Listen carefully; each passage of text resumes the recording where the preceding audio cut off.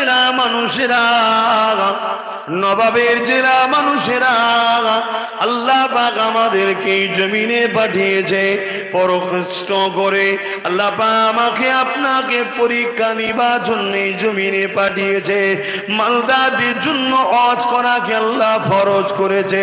এই মালদাদের জন্য এটা একটা পরীক্ষা। ধন দৌলত খরচ করে হজ করতে যাই নাকি দেখবে ভাই, তোমরা এই বারবার ঘুরছো বলে আমি এখনো ক্লিয়ার হতে পারছি না। আপনাদের কি দেখতে অসুবিধা হচ্ছে? কেন এগুলো এত করছো? হ্যাঁ, এই বারবার যাচ্ছ, বাধা হচ্ছে না? আর ওয়াজ খুব সূক্ষ্ম জিনিস ভাই, একটু বেখেয়াল হয়ে গেলে ভুল বলে ফেললে অসুবিধা আছে। আচ্ছা আচ্ছা আচ্ছা, তাহলে দেখুন, চালিয়ে দিন একবারে, তার যা করবেন তাড়াতাড়ি করে দেন। দরুদ শরীফ আল্লাহুম্মা সাল্লি আলা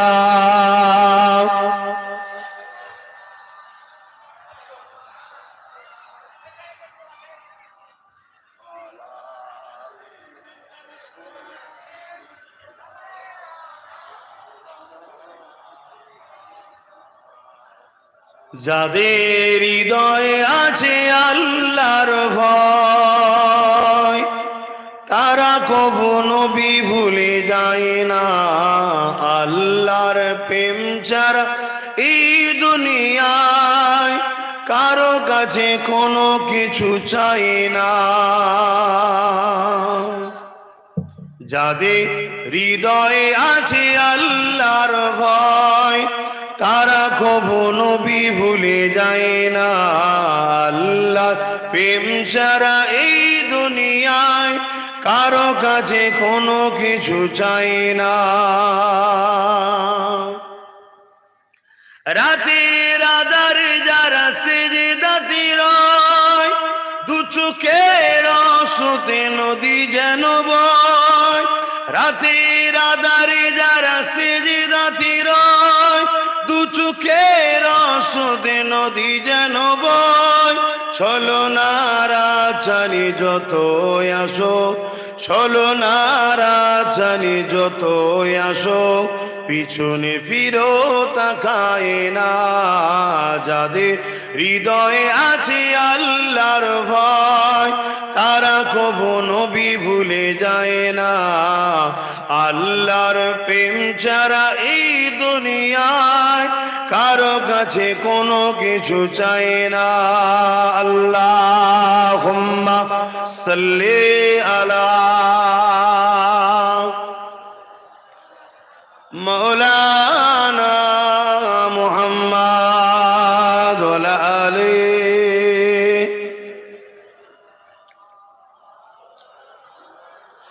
মুসলমানের ছেলে মেয়েরা, তরুণেরা, এ আমার নবী পাকের উম্মত উম্মতি গণেরা, আল্লাহ পাক জমিনের উপরে আমাদেরকে পরীক্ষা নেবে।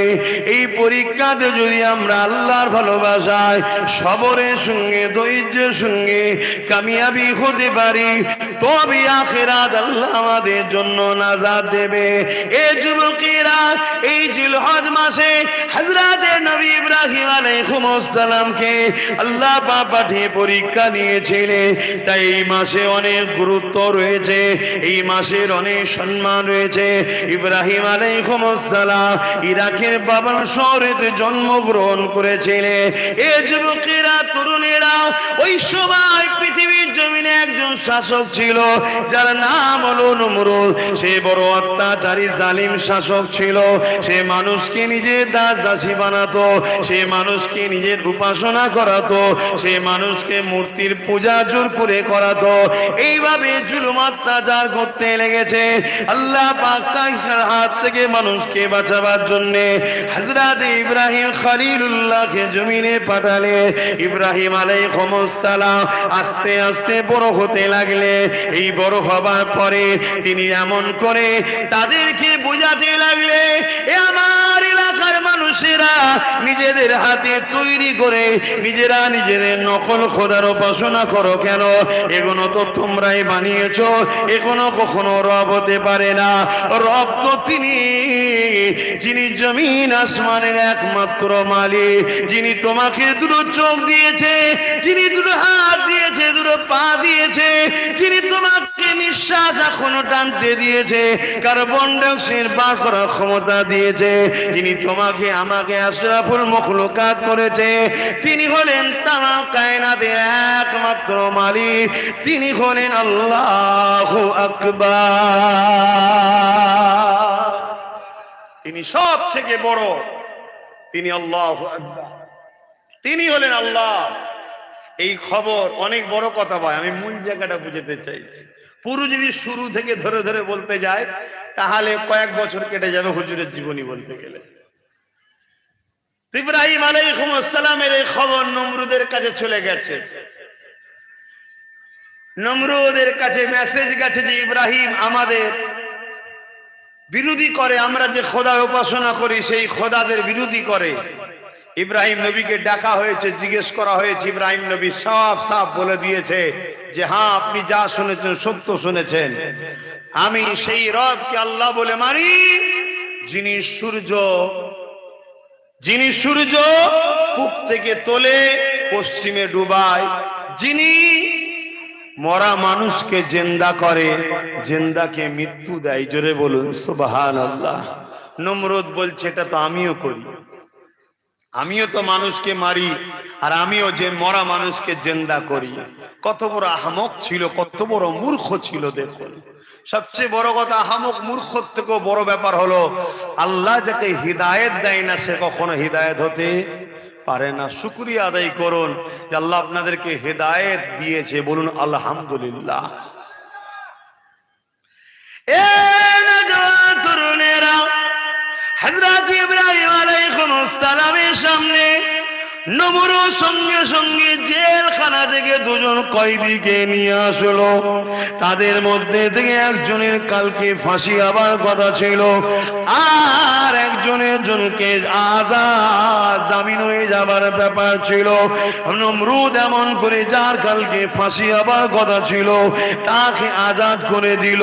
দিয়ে ইব্রাহিম খলিলুল্লাহকে বলতে লেগেছে, দেখো আমি একে মরার কথা ছিল, কাল ফাঁসি হবার কথা ছিল, একে আমি আজাদ করে দিলাম।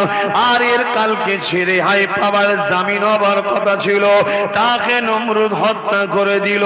দেখো এর কালকে আজাদ হয়ে যাবার কথা, একে আমি মৃত্যুদণ্ড দিয়ে দিলাম। এ যুবকেরা, তরুণেরা, ইব্রাহিম আলাইহিস সালাম বলতে তো পারতেন, আরে বোকা এরকমটা নয়, কেউ যদি মৃত্যুবরণ করে ওই যে তুমি যাকে শাস্তি দিয়ে মৃত্যু দিলে ওকে জিন্দা করে দেখো।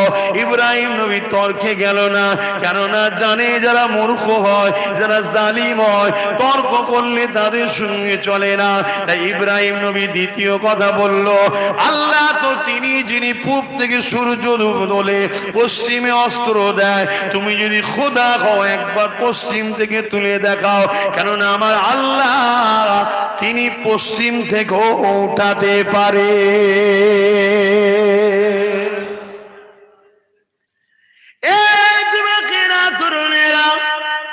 এই জিলহজ মাস হচ্ছে, তাই এই বিষয়ে একটু আলোচনা করছি। তারপরও বিছখানে আমার রাসূলুল্লাহর গুণগত কথা বলবো, কেননা নবীর কথা না আলোচনা করে যেন মাহফিল ঠিক সাজে না। ভুল বললাম নাকি? কোরআনের পাতাগুলো যদি খুলে খুলে দেখে, আল্লাহ পাক কোরআনে যেখানেই বলেছে আইয়ুহাল্লাযীনা আমানু, হে ঈমানদারেরা, ওখানে আমার আল্লাহ আমার রাসূলুল্লাহর আলোচনা করেছে। এখানে আল্লাহ বুঝিয়ে দিয়েছে ঈমানদারের সামনে আমার বন্ধুর আলোচনা করাটা হবে আমি আমার কোরআনের স্টাইল। বুঝাতে পারছি তো নাকি? ঈমানদারের সামনে নবীর আলোচনা বেশি বেশি করতে হয়, এটা কোরআনের স্টাইল। আর সমস্ত ধর্মের মানুষ যেখানে থাকে সেখানে আল্লাহর তাওহীদ নিয়ে, আল্লাহর জাত নিয়ে, পাক জাত নিয়ে, আল্লাহর ক্ষমতা নিয়ে সেখানে আলোচনা করতে হয়। তাই আল্লাহ যেখানে যেখানে ইয়া আইয়ুহান নাস, হে মনুষ্য জাতি বলেছে, সেখানে আল্লাহ নিজের কথা বলেছে। আর যেখানেই বলেছে ইয়া আইয়ুহাল্লাযীনা আমানু, হে ঈমানদারেরা, সঙ্গে সঙ্গে নবীর কথা আল্লাহ শুনিয়েছে। জোরে বলুন সুবহানাল্লাহ। আশা করছি আমরা ঈমানদাররা বসে আছি, এখানে নবীর কথা বলতে হয়। তবে জিনার কথা বলছি, ইনি ছিলেন আমার নবীর দাদু। জোরে বলুন সুবহানাল্লাহ। বংশের মুরব্বী, জানেন তো নাকি? হ্যাঁ, এই নওজোয়ান তরুণেরা, হযরত ইব্রাহিম আলাইহিস সালাম আল্লাহ পাকের হুকুমে যখন কাবা ঘর তামির করতে লাগলেন, কাবা ঘর যখন নির্মাণ করতে লাগলেন, ওই কাবা ঘর তৈরি হতে লেগেছে, কাবা ঘরটা হয়ে গেছে। ইব্রাহিম আলাইহিস সালাম দোয়া করতে লেগেছে, হে আল্লাহ, আমি তো ঘর বানালাম, আমার মজুরিটা আপনি দেন। আল্লাহ পাকের কাছে ইব্রাহিম নবী মজুরি চাইতে লেগেছে। আমার আল্লাহ পাক বললেন, ইব্রাহিম যাও, আমি আল্লাহ এই ঘরকে আমার ঘর ঘোষণা দিলাম। এই ইব্রাহিম আর কি চাও বলো? ইব্রাহিম আলাইহিস সালাম বলতে লেগেছে, আল্লাহ, আমার বড় একটা আরজু আপনার কাছে রয়েছে। ও ইব্রাহিম, কি আরজু, কি দোয়া বলো? হযরত ইব্রাহিম আলাইহিস সালাম যে পাথরেরটা রয়েছে মাকামে ইব্রাহিমে, যে পাথরটা রাখা রয়েছে, ওই পাথরের উপরে তখন দাঁড়িয়ে আছে। ওই পাথরটা ছিল লিফটের সিস্টেম। দুনিয়ার লিফটে তো দড়ি লাগানো থাকে, তার লাগানো থাকে, কিন্তু এই পাথরটাই কোনো দড়ি তার ছিল না, অটোমেটিক উঠতো আর নামতো। এটাকে দেখে দেখেই তো দুনিয়া লিফট বানিয়েছে। কিন্তু লিফট বললে সহজে বুঝবেন, কিন্তু হাজারে আশ্রয়কে বলে মাকামে ইব্রাহিমের পাথরের কথা বললে এটা আমি তুমি সহজে বুঝি না। কেননা আমরা আমাদের নিজেদের অস্তিত্বকে ভুলে গেছি। আমরা কোন জাতি, কদের সঙ্গে আমাদের সম্পর্ক, এখনো আমরা ভুলে গেছি। এ যুবকেরা, তরুণেরা, আমার আম্মা জানেরা, বোনেরা, ও মুর্শিদাবাদ জেলার মানুষেরা, হযরত ইব্রাহিম আলাইহিস সালাম ওই মাকামে ইব্রাহিম যে পাথর আছে, ওই পাথরের উপরে দাঁড়িয়ে রয়েছে। যে পাথরে ইব্রাহিম নবীর পায়ের ছাপ পর্যন্ত আছে। মন দিয়ে শোনেন, পৃথিবীর জমিনে, ওই মক্কার জমিনে 360টা পাথর ছিল, নকল খোদা ছিল, সব কটাকে ভেঙে বার করে দেওয়া হয়েছে। কিন্তু আমার আল্লাহ ওই মাকামে ইব্রাহিমের ভেতরে যে পাথরটা আছে, ওই পাথরটাকে যত্ন করে রেখে দিয়েছে। শুধু যত্ন করে রেখেছে তা নয়, প্রতিটা হাজি যখন 7 বার কাবাকে তওয়াফ করা হয়ে যাবে, প্রতিটা হাজির জন্য ওই মাকাম ইব্রাহিমকে সামনে রেখে আল্লাহ পাককে দূরে কাব নামাজ পড়াটা জরুরি ওয়াজিব করে দিয়েছে। আমি কারো বিরোধী করছি না, কিন্তু শিক্ষার স্বার্থে বলছি। অনেকে বাপ মার কদম মুসি করে এলে ফতোয়া হয়, অনেকে পীর মোর্শেদের কদম মুসি করে বুজুর্গদের ফতোয়া হয়। আরে ওখানে মাকামে ইব্রাহিম, যেখানে ইব্রাহিম নবীর পায়ের ছাপ আছে, যে পাথর, ওই পাথরকে সামনে রেখে নামাজ পড়তে হবে, সাইডে রাখলে হবে না। কথা কিছু বুঝছেন না, বোঝেন না? সেখানে ফতোয়া দেয় না, এখানে ফতোয়া দেয়। বুজুর্গদের কাছে গেলে ফতোয়া, অলিদের কাছে গেলে ফতোয়া, অলিদেরকে তাজিম কদম মুসি হাতে বুসা দেয়, বা বাপ মাকে একটু কদম মুসি করে, এখানে ফতোয়া হয়। বা শিক্ষক, উস্তাদ, শেখ যেটা বলেন না কেন, ফতোয়া হয়। কই ওখানে ফতোয়া দেন না, যেটা পাথর ইব্রাহিম নবীর পায়ের ছাপ আছে, কেন সামনে রেখে আবার নামাজের মতো ইবাদত করব আল্লাহ? অথচ করতেই হবে, হুকুম আল্লাহ। কেন? কেন? ইব্রাহিম নবীর পায়ের ছাপ আছে। আচ্ছা বলুন তো ভাই, মক্কায় তো অনেক পাথর রয়েছে, কোন পাথরে তো ইব্রাহিম নবীর পায়ের ছাপ নেই, ওই পাথরটাই পায়ের ছাপ আছে কেন? হ্যাঁ, যদি বলেন নবীর কদম তাই পাথর নরম হয়ে যেত, তা হাজারো কোটি পাথর তো রয়েছে, কোন জায়গায় তো চিহ্ন নাই। আর যদিও চিহ্ন ছিল তো চিহ্ন মিটিয়ে দিয়েছে। কিন্তু ওই মাকামে ইব্রাহিমের ভেতরে যে পাথর আছে ওর চিহ্নটা আল্লাহ রেখে দিয়েছে কেন? এবং শুধু রেখেছে তা নয়, ওটাকে এমন এক জায়গায় দাঁড় করিয়ে দিয়েছে, দিয়ে শরিয়াতের মসলা করে দিয়েছে আল্লাহ। কি? কাবা। কাবার বিচখানে ওই পাথরটা থাকবে, মাকাম ইব্রাহিম, আর তারপরে তুমি দাঁড়িয়ে নামাজ পড়তে হবে। তখনই তোমার প্রশ্ন জাগবে যে এরা এই পাথরটা কি ব্যাপার। তখনই আল্লাহ তোমাকে আমাকে কিছু শিক্ষা দিচ্ছে, একটা স্মৃতি বানিয়ে রেখেছে, ইয়াদগার একটা পাথর। এটা ইয়াদগার বানাবার পাথর।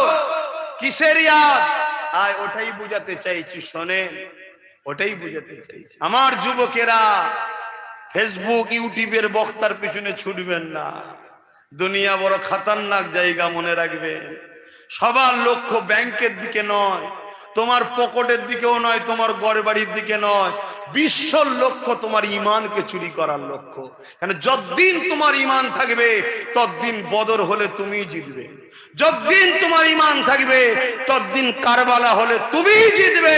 আরে এজিদ জেতে নে, আমার ইমাম পাকি জিতেছে। জোরে বলুন সুবহানাল্লাহ। এজিদ সিংহাসনে বসে ভোগ করতে পারেনি, বেউজ্জুতির জুতো খেয়ে মরতে হয়েছে। আমার ইমাম পাক আল্লাহর প্রেমে শেরকে ধর থেকে আলাদা করো। আজও বিশ্বের 200 কোটি লোকের হৃদয়ে জানের থেকে বেশি পিয়ারা হয়ে বসে আছে। জোরে বলুন সুবহানাল্লাহ। যতদিন তোমার ঈমান থাকবে ততদিন মনে রাখবেন, ভারতবর্ষের এক মঈনুদ্দিন আজমিরি, তারপরও তিনি কামিয়াবি হয়েছেন। যতদিন ঈমান থাকবে মনে রাখবে, হতভাগা আকবরের বিরুদ্ধে মোজাদ্দেদ আলপে সানি হুজুরের লড়াই হয়েছিল। মোজাদ্দেদ আলপে সানি কামিয়াবি হয়েছে, আকবর মিটে গেছে। আর ঈমান কিসের নাম বলবেন না? আমার যুবকগুলো তো বলো, কি গো সম্পর্ক রাখবে না? যুবকগুলো কে বলছি রাখবে না? আশা শেষ নাকি? অনেক কষ্ট করে তো আমার ভাই নিয়ে সারা একবার দাওয়াত হয়েছিল, সে তো আবার কোন একজন ছিল, এক ঘুষখোর, বুঝতে পারছেন? তো যাই হোক, আল্লাহ আজকে হুকুম রেখেছে তাই এসেছি। কি গো যুবকদের অসুবিধা হচ্ছে নাকি? তা বলো, ঈমান, ঈমান কি? দাড়ির নাম, টুপির নাম, কিসের বিশ্বাস? এখন দিন হয়েছে তাই বলে কিসের বিশ্বাস? এটা মাইক্রোফোন, কি বিশ্বাস? এরকম বললে হয়? এক কথাই উত্তর দিচ্ছি, শোনেন। ঈমান জানের থেকে বেশি ভালোবেসে আদবের সাথে মুহাম্মদ সাল্লাল্লাহু আলাইহি সাল্লামকে মেনে নিয়ে, ভালোবেসে আদবের সাথে মেনে নিবার নাম হলো ঈমান। জোরে বলুন সুবহানাল্লাহ। যদি আপনাদের কারো মনের মধ্যে হয় আল্লাহ বাদ দিলেন কেন, নাউজুবিল্লাহ, আমার নবীকে যারা মেনেছে তারা আল্লাহ বাদ দিয়েছে? সিদ্দিক আকবর আল্লাহ বাদ দিয়েছে, উমর ফারুক আল্লাহ বাদ দিয়েছে, ওসমান গনি আল্লাহ বাদ দিয়েছে, মাওলা আলী শেরে খোদা আল্লাহ বাদ দিয়েছে? আরে নাউজুবিল্লাহ, লা হাওলা ওয়ালা কুওয়াতা ইল্লা বিল্লাহ। আমার আল্লাহ নিজে আমাদেরকে শিখাচ্ছে, কুল হুয়াল্লাহু আহাদ, বড় লাভ বড় কাবলাম কুল, এটা আল্লাহর জন্য না, এটা রাসূলের জন্য। হুয়াল্লাহু আহাদ, এটা তাওহীদ। হুয়াল্লাহু আহাদ, এটা কি? তাওহীদ। আর কুলটা হলো রিসালাত। হাবিব আপনি বলুন, আল্লাহ নিজের তাওহীদের সংজ্ঞা দিতে গিয়ে আগে রিসালাতকে সামনে এনেছে। জোরে বলুন সুবহানাল্লাহ। আগে নবীকে সামনে এনেছে। কেন? আমার আল্লাহ বলছে, বান্দা তোরা আমাকে চোখ দ্বারা দেখতে পাবি না, কান দ্বারা শুনতে পাবি না, নাক দ্বারা শুনতে পারবি না, জিভ দ্বারা আমাকে টেস্ট করা যায় না, হাত দ্বারা ধরে অনুভব করা যায় না, অতএব আমাকে পাবি কি করে? তাই আমি আমার পক্ষ থেকে আমার বন্ধুকে পাঠাচ্ছি, ওটাকে ভালোবাস, আমাকে ভালোবাসা হবে। ওটাকে অনুসরণ কর, আমাকে অনুসরণ করা হবে। ওটাকে খুশি কর, আমাকে খুশি করা হবে। গল্প বলছি না, কোরআন বলছি। মা আতাকুমুর রাসূল ফাখুযুহু ওয়া মা নাহাকুম আনহু ফান্তাহু। আমার নবী যা আদেশ করেছে মেনে নে, আমার নবী যা নিষেধ করেছে ছেড়ে দে। এটা আল্লাহর কথা, কোরআন শরীফ। জোরে বলুন সুবহানাল্লাহ। তাহলে কার আদেশ মানার হুকুম আল্লাহ দিয়েছে? জোরে বলুন। যা আদেশ করছে মান, যা নিষেধ করছে ছাড়। আল্লাহ তো তাই বলছেন, কুল ইন কুনতুম তুহিব্বুনাল্লাহ ফাত্তাবিউনি ইউহিব্বুকুমুল্লাহ ওয়া ইয়াগফির লাকুম যুনুবাকুম আল্লাহু গফুরুর রহিম। বড় কাবলাম কুল, তার মানে বলো, কে বলবে? রাসূলকে বলছেন আপ ফরমাইয়ে ইন কুনতুম তুহিব্বুনাল্লাহ, যারা বলে जो शख्स कहते हैं मैं रब ताला को मोहब्बत करते हैं, আমরা বলি না আল্লাহকে ভালোবাসি, এ বলেন না বলেন না? अगर हम लोगों की बात सच है तो खुदा ने एक शर्त लगाया। এ বাবা এরকম সামনে দিয়ে গেলে হবে না, থাক থাক, এ আম সব আম মানুষ তো বোঝে না হালকা। দেখুন আমাকে সম্মান করবেন কি না করবেন ওটা পরের কথা, এই মাহফিলের সম্মান আছে, এই মাহফিলে সম্মান ঠিক আছে, অসুবিধা নেই, হালকা বয়সের ছেলে জানে না, আমরা তো শিখাবো, আমরাই তো শিখাবো, এরম সামনেতে যেতে নাই। কথা বুঝে আসছে তো ভাইয়ের আমার? তা যারা বলে আল্লাহকে ভালোবাসি, আল্লাহ বলছে এরা যদি সত্যবাদী হয়, সত্যবাদী না মিথ্যাবাদী বুঝবেন কি করে? আল্লাহ বলছে তোমরা যদি সত্যবাদী হও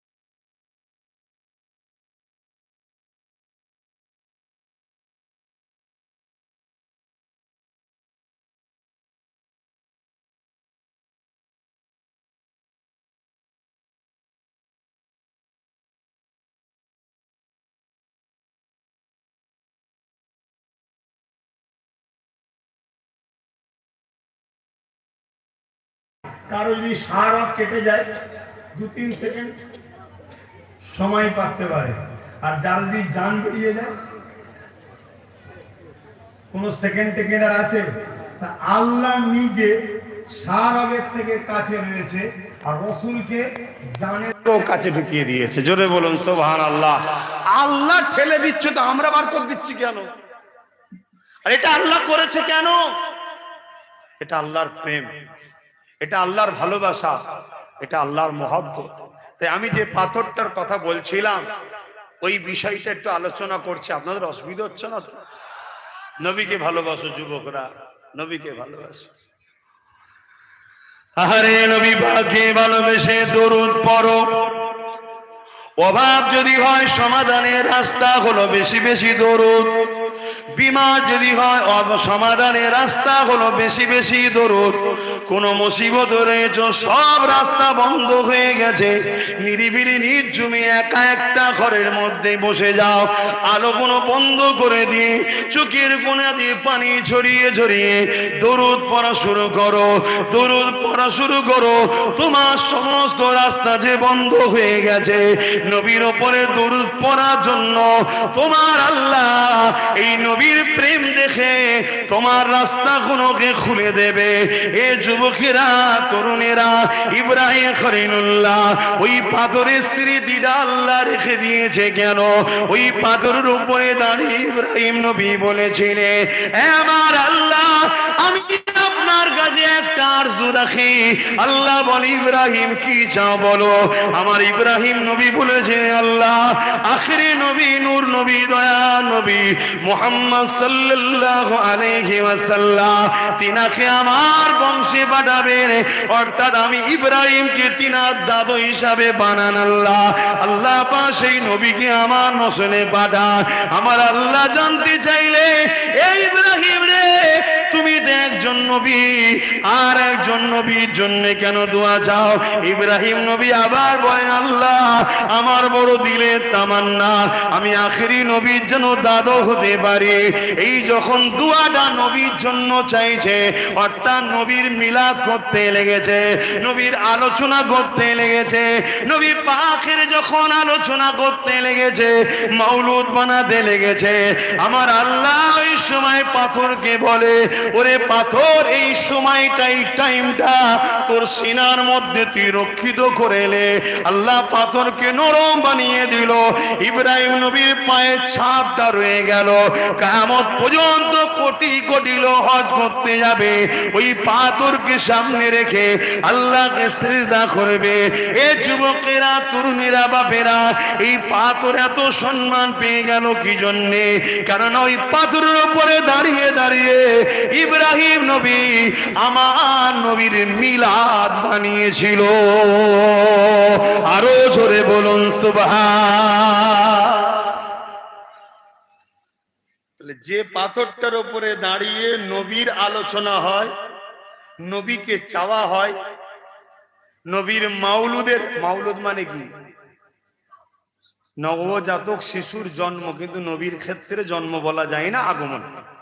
নবীকে চাওয়া হয়, সেই পাথরকে আল্লাহ বলেন নরম হ, আমি নরম বানিয়ে দিলাম, তুই স্মৃতি বানিয়ে এলে বুকে। তাহলে ভেবে দেখুন, যদি আমরা আমাদের দিলে সেই রসুলকে রাখি, তাহলে আমাদের ঘর আল্লাহ স্মৃতি হিসাবে রাখবে না রাখবে না? 800 বছর হয়ে গেছে, গরিবে নওয়াজ চলে গেছে, আজও মানুষের স্মৃতিতে আছে না নাই?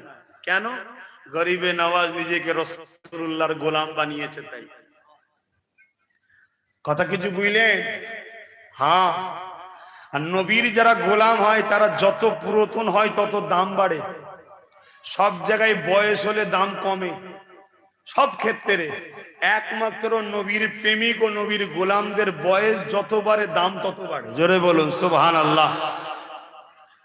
মুজাদ্দেদে আল-পেসানি রাসূলুল্লাহর গোলাম ছিল, আজও মানুষ তিনার কাছে যায়। কথা বুঝে আসছে? বেরেলিদের পীর সাহেব আলা হযরত আহমদ রেজা খান বেরলুবি রাহমাহুল্লাহ, তিনি রাসূলুল্লাহর গোলাম ছিল, আজও কোটি কোটি লোক তিনার কাছে যায়। আমার মুর্শিদ মুজাদ্দিদুজ জামান সৈয়দনা আবু বকর সিদ্দিক ফুরফুরাবি আল কুরাইশি রাসূলুল্লাহর গোলাম ছিল, কিছু কম বেশি ৮০-৮৫ বছর আগে চলে গেছে। আজও কোটি কোটি লোক তেনার কাছে যায়। মনে রাখবেন, নবীর গোলামরা যত পুরাতন হয় তত দাম বাড়ে। পৃথিবীতে বাকি সব জিনিসের দাম কমে। যত বড় ফিল্ম স্টার নায়ক নায়িকা হোক না কেন, একটু বুড়ো হয়ে গেলে ভক্তরা সব পালিয়ে যায়, অন্য নায়ক নায়িকা ধরে। কি ভুল বলছি? কিন্তু আমার রসুলের গোলাম যত বুড়ো হয় তত তাকে দেখার জন্য লোকের ভিড় বেশি বাড়ে। আমি নিজে দেখেছি, আমার মেজো দাদু যান মুফতি আজম মেজো হুজুর পীর কেবলা 108 বছর বয়সেও মসজিদে 5 ওয়াক্ত জামাতের সঙ্গে নামাজ